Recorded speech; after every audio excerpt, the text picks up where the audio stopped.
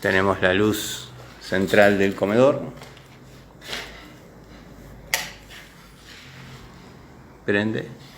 Esta, bueno, se prende la luz de afuera. Y esta prende las luces de costado.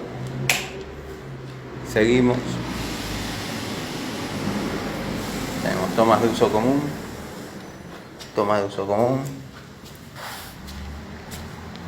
Toma de uso común. Toma de uso especial para microondas. Toma de uso común. Toma de uso común.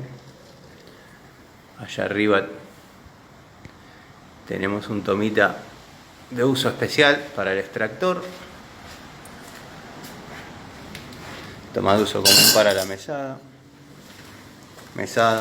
Y bueno, tenemos la iluminación de la cocina.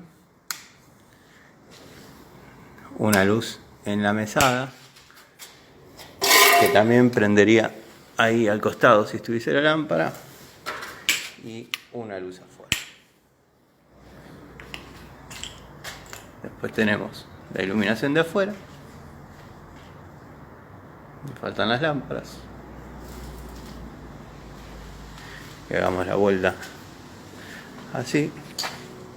Acá que va a ser una futura paulera. Tenemos el punto y toma con circuito independiente. Corta lámpara.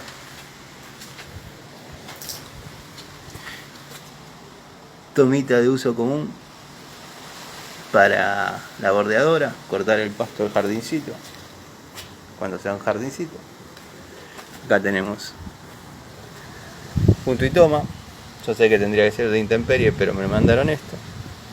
Esto se va a cambiar en estos días, que prende esa luz para cuando uno esté acá en la parrilla. Y tenemos una luz en la parrilla que prende de acá. Ahí. Como para mirar el asado. Así que bueno, apagamos.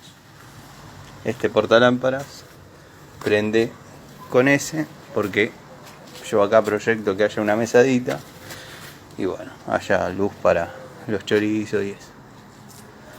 Así que bueno, este es el circuito.